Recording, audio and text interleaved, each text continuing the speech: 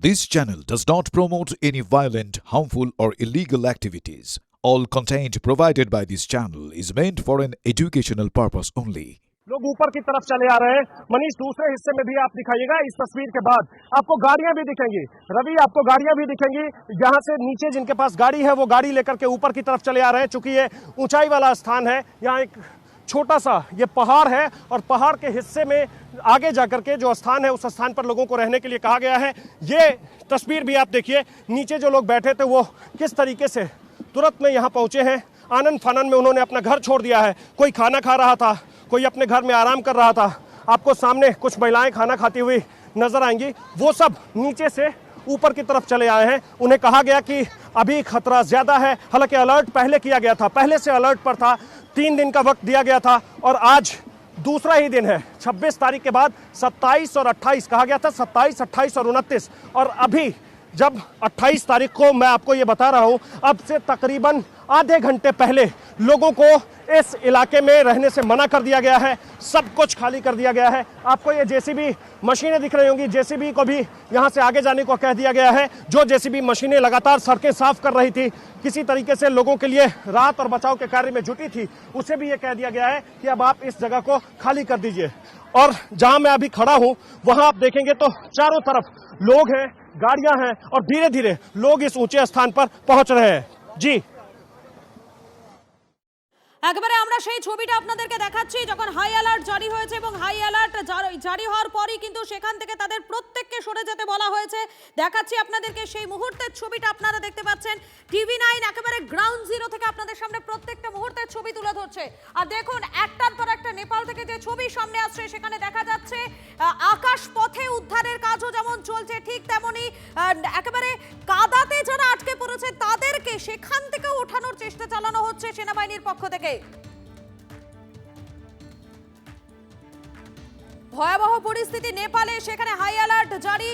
ভয়াবহ বিপর্যয়, একেবারে ছারখার হয়ে গেছে নেপাল। কাদায় ঢেকে বিস্তীর্ণ এলাকা, লেক ফাটা, বন্যায় চুরমার ঘরবাড়ি, দোকানপাট। গ্রাউন্ড জিরো থেকে সেই ছবি তুলে ধরেছেন TV9 বাংলা। मैं धादिंग में हूँ।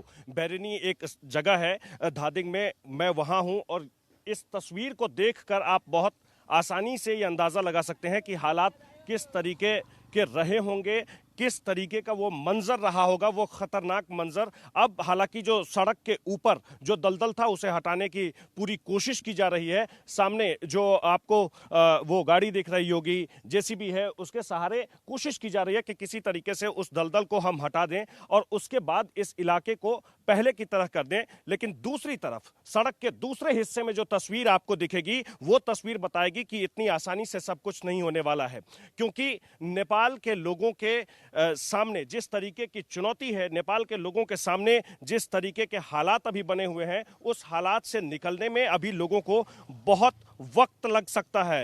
कहते हैं कि जो नदियां जीवन देती है अचानक मौत की वो धार बन गई। नेपाल के लोग पहाड़ को सदियों से अपने प्रहरी के तौर पर, अपने सैनिक के तौर पर देखते हैं, लेकिन वही अपने भीतर का मलबा लेकर जब नीचे उतरा तो हालात किस तरीके के बने वो आप देख सकते हैं। ये जो सामने घर आपको दिख रहा है, इस घर में साफ सफाई चल रही है। लोग कोशिश कर रहे हैं कि जो मलबा आकर के फंसा हुआ है उसे हम धीरे धीरे निकाल दें। वो किसी तरीके से यहाँ से जब निकल जाएगा तो जीवन यापन उनका पहले की तरह हो सकता है कि आसान हो जाए। और ये सड़क के इस हिस्से में जो कुछ भी आप देख रहे हैं, ये ऐसा मलबा है, ये ऐसा दलदल है कि इस दलदल में फिलहाल कोई जा नहीं सकता है। मैं आपको ऐसे दिखा रहा हूँ कि अगर यहाँ कोई जाने की कोशिश करेगा तो वो किस तरीके से इसमें फंस सकता है। हालांकि धूप बहुत तेज है, पिछले 2 दिनों से काफ़ी धूप हो रही है और उस धूप के बाद हुआ यह है कि ये जो मलबा है, ये जो दलदल है, वो धीरे धीरे सूख भले ही रहे हैं लेकिन अभी भी हालात पहले की तरह नहीं बने हैं और उसे बनने में अभी लंबा वक्त लगेगा। দেখাচ্ছি সেই ছবি এই মুহূর্তে আপনারা দেখতে পাচ্ছেন। ইতিমধ্যে নেপালের সতর্কতা জারি করা হয়েছে। এভারেস্টের দেশে ভয়াবহ বিপর্যয়, ভয়ঙ্কর ছবি। সবচেয়ে ক্ষতিগ্রস্ত ধাদিং এলাকা, সেখানকার একটি স্কুলে পৌঁছে গিয়েছিল TV9 বাংলা, যেখানে ছড়িয়ে ছিটিয়ে স্কুল ব্যাগ, টিফিন বক্স, এদিক সেদিকে শুধুই আতঙ্কের ছবি। স্কুলে রয়ে গেছে আই কার্ড, খোঁজ নেই পড়ুয়ার। ভেসে যাওয়া স্কুলে জমা কাদায় আটকে যাচ্ছে পা।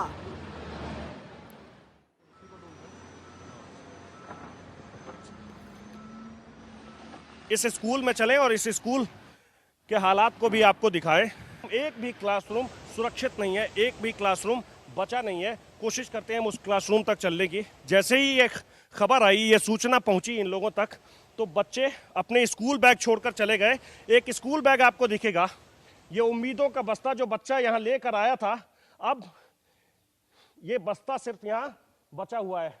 इसमें ये नोटबुक, बुक है, डायरी है और वो सब कुछ जो बच्चों को बताया जाता है कि स्कूल में आपको क्या सब करना है, वो डायरी भी है।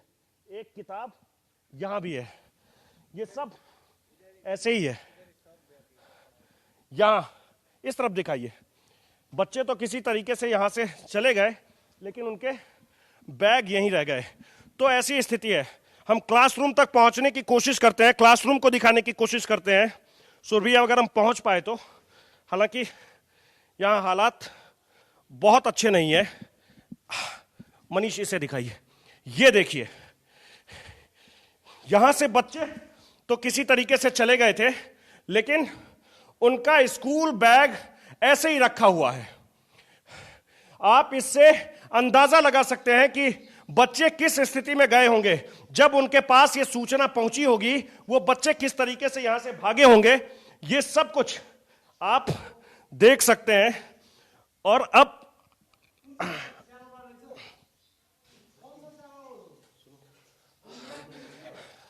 ये हालात किस तरीके के हैं यहां, आप इससे भी अंदाजा लगा सकते हैं कि इस क्लासरूम में फिलहाल कोई आ नहीं सकता है, कोई आ नहीं सकता है।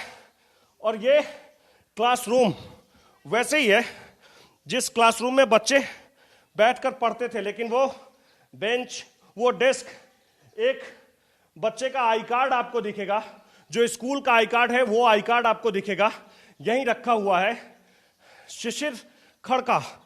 और वो बच्चा किसी तरीके से, जैसे ही उसके पास सूचना पहुंची, वो बच्चा यहां से किसी तरीके से भाग गया। ये टिफिन बॉक्स, इस टिफिन बॉक्स में वो जो टिफिन लेकर आया था, वो भी अभी ऐसे ही रखा हुआ है। और बच्चे यहां से किसी तरीके से चले गए। कैसे हालात रहे होंगे, किस तरीके का मंजर रहा होगा, किस तरीके की स्थिति रही होगी, आप इसे देखकर बहुत आसानी से अंदाजा लगा सकते हैं, बहुत आसानी से समझ सकते हैं कि जब यहाँ बच्चे बैठे होंगे, उनके पास सूचना पहुंची होगी, और बच्चे जब भागे होंगे यहाँ से, तो उन्होंने ना तो अपने स्कूल बैग की सुध ली, ना तो अपने आई कार्ड की सुध ली, ना तो अपने टिफिन बॉक्स की सुध ली, किसी चीज की कोई सुध नहीं ली, और वो यहाँ से चले गए।